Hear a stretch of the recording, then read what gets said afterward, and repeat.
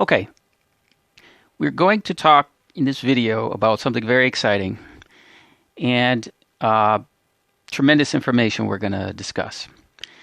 As you know, there is a Passover week. That Passover week and what Christ fulfilled is the core of our belief in him. Our belief in the death, burial, and resurrection. And for many of us, we came to an understanding that something wasn't right with the calendar when we looked at the Christian traditions. For some of us, we realized something wasn't right by following the moon. Because if you follow the moon will place Passover on a different day of the week almost every year. So for example, this year it was on a Sunday. We can't have that. That doesn't make sense. What we want to do is we want to memorialize what Christ did for us. Okay? That's what we want to do. Now, we want to do that accurately. We want to do that in a way that gives honor to him. We want to do that in a way that builds our faith in the fulfillment of Christ, of the prophecies, the fulfillment of Christ in the feast, the fulfillment of Christ in the timetable. Okay? So, that's what we're going to talk about in this video. Many of you will ask me, Leland, how do I celebrate Passover? That is not the purpose of this video. Read the Bible, see what it says. Okay. Our first Passover, as you know, comes from the Exodus. What happened? The children of Israel, they left Egypt. They wandered 3 days, 3 nights. They came to the Red Sea. They crossed over. That is precisely a pattern of Passover in 3 days and 3 nights that Christ spent in the grave. If we follow the Christian traditions, we soon realize that they have errors in that 3 days and 3 nights he must be in the grave. We're going to discuss those errors and how we can clearly understand what the scriptures are saying so we don't make these mistakes. Okay, so they come. We have a fulfillment in the Exodus. Children of Israel cross over the Red Sea. Okay, we have the same thing when Christ is resurrected, the core of our faith. Okay, but unfortunately, Satan has done everything to make this difficult, make this confusing. Okay, make the calendar impossible for us to get a grip on and allow our enemies to take a foothold. Allow the Jews, allow atheists to say, oh, look at you, what you're doing is wrong. You know, the Bible is wrong and everything else. No, it's not. Okay, yes, our traditions are wrong. So this allows the enemy to persecute us. Okay, persecute. How can you believe if you all that. All right, but if we cast off the ignorant doctrines, okay, and Western Greek thinking, and we go to Hebrew thinking, we'll see perfectly in this video those things. All right. Now, many years, guys, people have asked me questions about the calendar. Leland, why? First off, the calendar that we're looking at, I did not make the calendar. Okay, this is found in the Dead Sea Scrolls. This existed at the time of Christ. Okay, so that's what we're seeing, a calendar that was around the time of Christ. And we can see that there are actually kind of feast days that are running parallel where Christ is doing something specific, okay? And you have the Jews doing something. Okay, those are not necessarily the same exact things. But we can see, as we look at the prophecy, really, really important things. Now, what we want to do is this is a difficult task, okay? Over the years, people have asked me about this, and I didn't want to do this video because I don't want to be wrong. I don't want to tell you the wrong thing. Okay, so I just assume not do it if I don't know for sure. But with this here, I'm submitting this as a guide, okay? But I'm also submitting it with enough confidence to actually share this publicly. Now, keep in mind, I never did this, the calendar, all this. I never did this to teach it. When it came to the calendar, I said something is wrong. I need to find the 24 elders and the sons of Zadok. I need to find certain things to understand Revelation. So I said, okay, well, this is the calendar that does it. I also found that the feast and, Passover was very troublesome by following the Christian traditions and the Gregorian calendar and all that. So I said, So that's what led me to the Enoch calendar. So the Enoch calendar was in operation in the Dead Sea Scrolls at the time of Christ. And what we can see is we can see more accurately the things that are going on. So just like we saw in the Exodus, they had 3 days and 3 nights journey. They walked the whole time, the day and the night, 3 days before they came to the Red Sea. So if we follow the Christian traditions, you don't have room for those 3 days and 3 nights. I don't know what the Christian tradition is exactly, but I think they have him being crucified on Thursday. Okay, so that it just doesn't fit. Okay, it doesn't fit for him to be resurrected on Sunday. It's clearly Sunday. Okay, so we have other things in the calendar. Well, like, Leland, why is it like this and why? So that's what we're going to go over. We're going to talk about those things. Okay, we're going to try and clear things up. And guys, whether we're right or wrong, okay, whether we're right or wrong, what I want is this. I want you to believe the scriptures. I want you to believe that God so loved his world, he sent his only begotten son. I want you to believe in the testimony of Jesus Christ. That is what I want. Whether you follow this calendar, whether you believe a word I say, that is the truth. He really died for us. It really happened. Okay. But we have lots of confusion, things making us, Babylon means confusion. Okay. Making us confused by trying to understand the calendar, trying to understand what's going on in the Gospels in Crucifixion week. So, for example, the Gospel of John gives us lots of details. Chapter 12 through, I think, 20, all of that is just these days that we're talking about, okay? So there's a lot of information, and it's a tedious study. I understand. So that's why this is a guide for you, okay? It's not, I'm not telling you this is the way it is. It's got to be like this. This is the best of our understanding, okay? And what we want to do is believe in Christ. That's what this is about. That's what you do this week, okay? Get unleavened bread out of your house. Yeah, all that. What that means is you get all the Babylon teaching, okay? So we can't follow the Christian traditions. We can't follow the Jewish calendar. They got Passover on Sunday. Okay, we got to have Christ resurrected on first fruits on Sunday. So Passover can't be the same day, okay? Where's the 3 days and 3 nights? So he must fulfill the scriptures in a calendar that we memorialize what he did for us the same every year.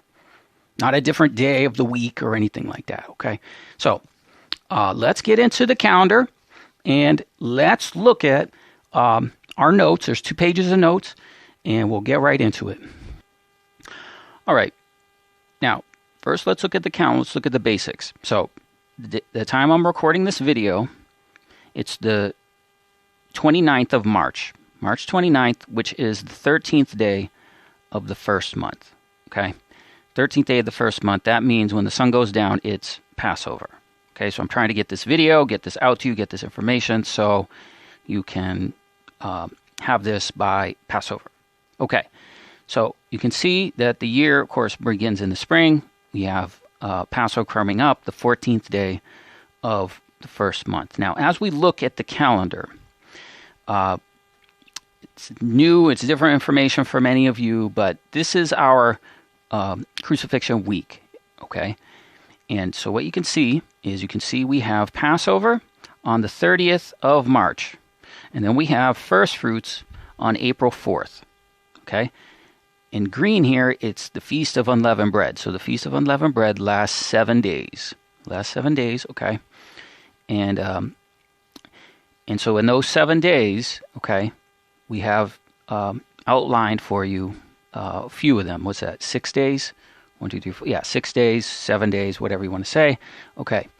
And what we want to do is now, once we get into Crucifixion week, we are really narrowing our focus, not in general terms, okay, but now we're looking at the precise hours that Christ had certain things happen and everything during Crucifixion week. So the first thing you must understand as we look at the calendar is that the day begins at evening. Okay, so what we have here is we've kind of divided the calendar here in another way for you to see it, where you have this section is evening. So this is when the sun goes down. So you see this pink, see what it says there? It says sunset. Okay, so the day begins at sun going down, sunset. Okay, that's when the day begins. So, for example, it's the 13th. So when we have sunset, we enter the next day. That's the 14th. Okay, now that day continues into daylight the next day. So obviously it continues daylight. And then when the sun goes down, it's the 15th. Okay, so that's one thing that's important for you to understand when you're reading the Gospels and everything. It's talking about evening. The day begins in the evening. Now, of course, in the calendar here, that particular feature you don't see. Okay, just because what you would have to do is you just have to get used to that. Now, as we look at the days of the week, we have color-coded them. So you can see at the time I'm recording this, okay, it's a, what is it, Sunday, Monday, okay, Tuesday, so it's a Monday. Okay, so it's a Monday, that's an orange, it's a Monday, and that means that the 14th day is a Tuesday. Okay, so a Tuesday. So I'm just doing this. Some people get offended. There's nothing I can do. The people, if I say the third day of the week, fourth day of the week, fifth, they won't know what I'm saying. So I'm only using the Gregorian dates so you can understand. I can communicate in a way you can understand. I don't like using these dates, okay? The days of the week, they're all pagan, yes.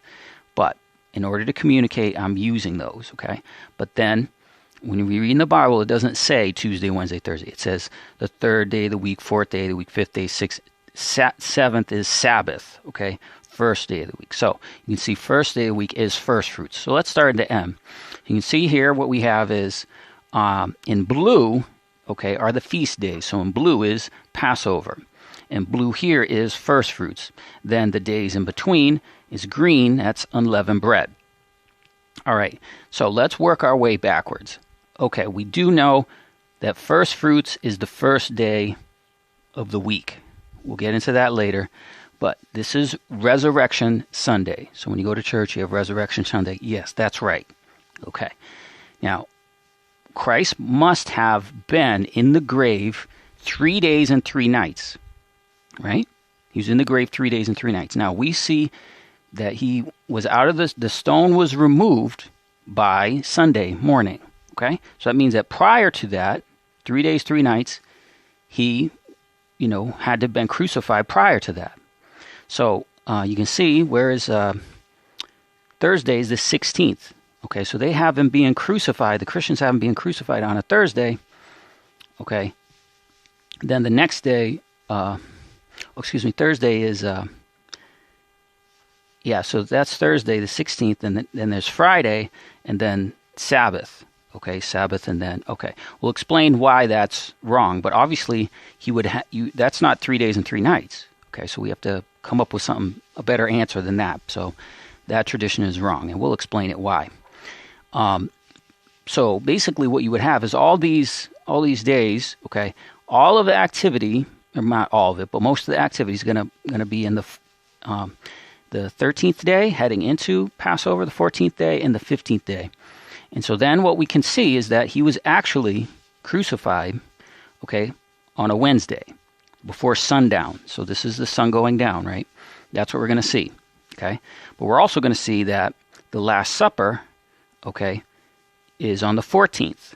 So that the events that transpire, we're going to see, take longer than what people traditionally think. But we'll get into those details as we go. So, this is the week, okay? So now you can see the days of the week in the Enoch calendar. These days of the week never change, okay? I could be here next year. I could show you the same thing. Everything will be the same. We memorialize every single date, every single time, every single thing perfectly because our calendar doesn't change the day of the week. Okay, so great. Now that we know that, what we can see is in our notes. All right, we'll look at what's going on in the Gospels, and we'll go through it. All right. So heading into Passover, heading into what we know to be the Last Supper. Okay. After the message on the Mount of Olives, 2 days later.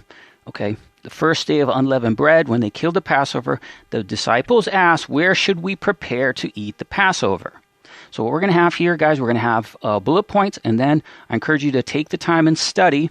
Get your Bible out and study during this week and go through this whole study of this week. That's really what you should do.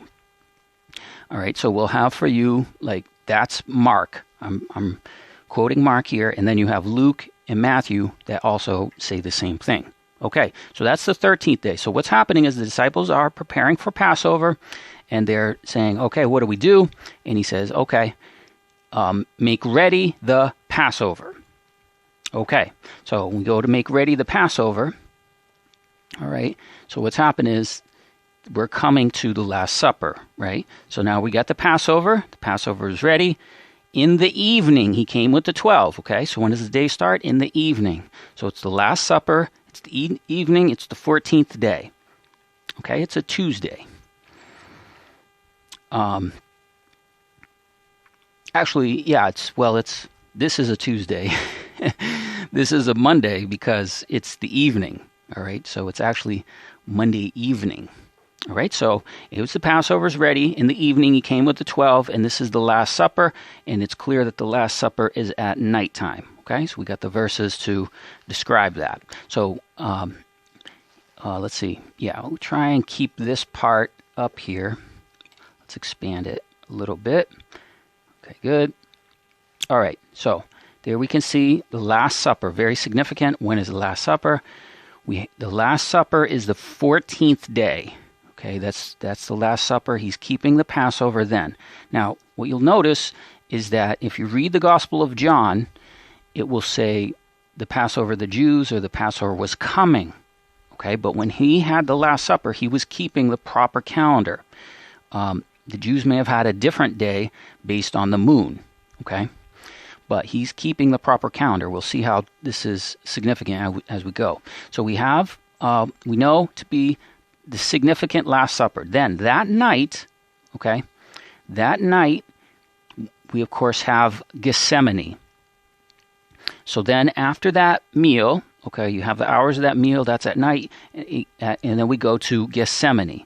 And then where Gethsemane is guarded in the Kidron Valley, so it's down towards the base of Mount Olives, okay, and they clearly, we know that story, okay, so we have the events of Gethsemane taking place. Could you not pray 1 hour and watch? Guys, that's what I feel like he's saying again right now. Could you not pray 1 hour and watch? We're in the time of watching, just, amazing, extraordinary time. So, just go through all this, study this, use this as a guide, read all these scriptures, Matthew, Mark, and Luke, of Gethsemane. Okay, we know about Gethsemane. Then, of course, we have the rooster crow. What is the rooster crow? It's the third watch. Okay, so then what we have is we have Peter's denial. So now what's going on? It's still the same. It's still nighttime. Okay, now it's going later because we know the rooster crow is the third watch. So we have, of course, Peter's denial. Okay, then what happens is he goes to the high priest palace. It's called Caiaphas' house. Okay, so he goes to Caiaphas, and you see that in Matthew, Mark, and Luke. Okay, so now this is beginning to head towards sunrise. Okay. And when we have the morning or the sunrise, then we have Pontius Pilate.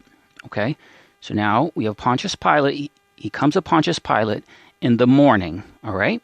So where are we now? All of these events. Okay, we had the Last Supper. We had evening.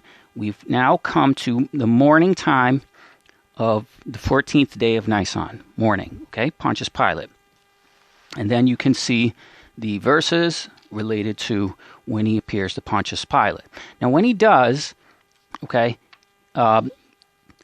only the Gospel of Luke records that he must go before Herod because he's from Galilee, so he's in a different jurisdiction. Herod is in Jerusalem for the time of the feast, okay, and so during that same day, he went to Pilate in the morning, and then he goes to Herod. Okay, and so during that, Pontius Pilate's like, look, he's not my problem. He's in a different jurisdiction, so he goes to Herod, and then Herod sees him. Herod, if you don't know the story, Herod also puts a robe on him and mocks him with his military, the same way Pontius Pilate does, okay? But it says the same day Herod and Pilate became friends. So we conclude that this, of course, is happening the same day in the morning as what happened when he went before Pontius Pilate in the morning. All right, simple enough. This is where it gets wow. Okay, so then what happens is he goes back to, he goes from Herod, he goes to Pilate, and he goes to something called Gabbatha. It's a pavement stones, okay? I have other videos, guys, on the whole tour of Jerusalem, of where we can actually see some of these sites and different things, okay? But now we have something I'm going to explain a little bit more later, but I'm going to plant the seed now. In John chapter 19, verse 14, it says, the preparation, in the Greek, that's paraskivi, okay? The preparation, paraskivi, of the Passover, okay? It's the preparation of the Passover and about the 6th hour. Okay, so what's taking place? He's come before Pilate. He went to Herod. He was Pilate in the morning. He went to Herod, and he's back at Pilate. Now, he's at Pilate at Gabbatha, okay, in the preparation, okay, preparation day. We'll explain that later, but I want you to notice what time? The 6th hour. Okay, the 6th hour. So he's at the 6th hour with Pilate. In our understanding, that is noon. Okay, so the 6-hour day is noon. So it's the middle of the day. It's noon. And then what it says, he told the Jews, he said to them, behold your king. Okay, so he said, behold your king, and they cried, crucify him. So they cried, crucify him, but this is the 6th hour. This is so significant, guys. You'll see why in a minute. So then what it says is they delivered him to be crucified, and they took Jesus and they led him away. Now they delivered him to be crucified. They delivered him. Now what's happened, you can see, this is the 15th day. So now this is the next day. Okay, so you had the 16th hour, you had noon, and they delivered him. That means he was incarcerated. They detained him. Okay, so it's not that, this is, now it could have been, you'll see the difference, the importance of the 6 hours. So it was noon, he was at Pilate, right? And he said, behold your king, crucified. And they delivered him. So he was detained. He was and they delivered him to be crucified. This is the next day, guys. And they took Jesus and they led him away. So they took him and led him away, and to a place called Golgotha, place of the skull, okay? Clearly, all the Gospels talk about Golgotha, the place of the skull. We just read that. So we're reading here. This is only John is talking about this here. Gabbatha, okay? Gabbatha. Only John talks about this, all right? And only John talks about the 6th hour. But notice what it says. In John, Matthew, Luke, Mark, all of them talk about Golgotha, the place of the skull. But in Mark, chapter 15, and verse 25, it was the 3rd hour that they crucified him. Okay, the 3rd hour is 9 a.m. So how could he be with Pilate at noon, okay, if he is crucified in the 3rd hour? It's clear it's the 3rd hour he's crucified, okay? So what ends up being a challenge, guys, is when you read it, it would appear that everything is happening on the same day. But what just happened is we went from one day to the next. Okay, so he was the 6th hour, before Pilate at Gabbatha. Okay, and then it says he was crucified on the 3rd hour. So that has to be the next day.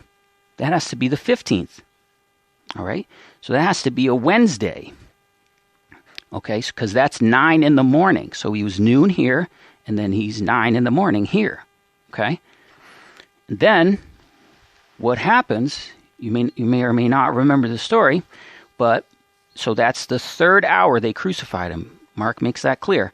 Then there's 3 hours of darkness. So from the 6th hour, okay, what was the 6th hour? That was noon, okay, till the 9th hour, okay, till 3 p.m. So there's 3 hours of darkness over the whole land. All right, and Matthew, Mark, and Luke all record that. That's very, very clear. okay, that it's by the 6th hour, okay. So that's the 6th hour. They're making that clear. But it was the 6th hour he was in Gabbatha. So that has to be the previous day. Has to be. All right. So this thus unlocks that Gabbatha, being the 6th hour, unlocks the mystery that, yes, there's more than one day of when all these events, Gethsemane, the rooster crow, everything happening, it's happening in 2 days. Because you got the 6th hour, Gabbatha, and you got the 3rd hour when he was crucified. Okay, so let's remember what happened. We got the Last Supper on a Monday evening, okay, the 14th day of Nisan, the daylight, 14th day, and then you got the 15th day. And so then what we had is we had him at Gabbatha in the 6th hour, okay, then he's crucified on the 3rd hour. That's the next day, right? Now, this is also very significant what's going on here. We had mentioned this before, and it's called the rest day, or you can see in our calendar we're calling it a holy convocation. So we have Passover on the 14th, and then we have something called a holy convocation. Now this is going to eliminate all the confusion, okay, that the Christians have about the days of the week. Okay, so again, this is a Wednesday. Okay, that's the 4th day of the week, and so that's when he had to be crucified, because he's in the grave 1, 2, 3 days. Okay, and you can see him. Okay, if he's crucified here, you got 1, 2, 3 days. Okay, then he's risen on first fruits. Now let's look at how the confusion has come about. So this is a rest day. Now it says, when evening was come, in Mark 15:42, it was the preparation, Paraskevi. That is the day before Sabbath. Okay, now what this is challenging for a lot of people, because when you speak to a Greek person, you talk about the day of the week. When you say Friday, okay, they have different names in Greek for the days. Their word for Friday is Paraskevi, preparation. Okay, and then their Saturday is Sabbato, Sabbath. Okay, so this is where there's a lot of confusion that has passed all the way along to the whole world and everybody. Is that what this is when you see a Sabbath, you think, oh, that's the 7th day of the week. Okay, it's this, but no, there's another thing going on. So let's look at it closely, what's going on. Now we go to Luke 23. It says, the women from Galilee, they beheld the sepulchre, and the body was laid, and they prepared spices and ointments, and they rested the Sabbath day according to the commandment. Now, of course, when you read this, the thing you're thinking, oh, it's the Sabbath day is the 7th day of the week. But why would he say according to the commandment? Well, what that means is that something else is going on that we need to look further.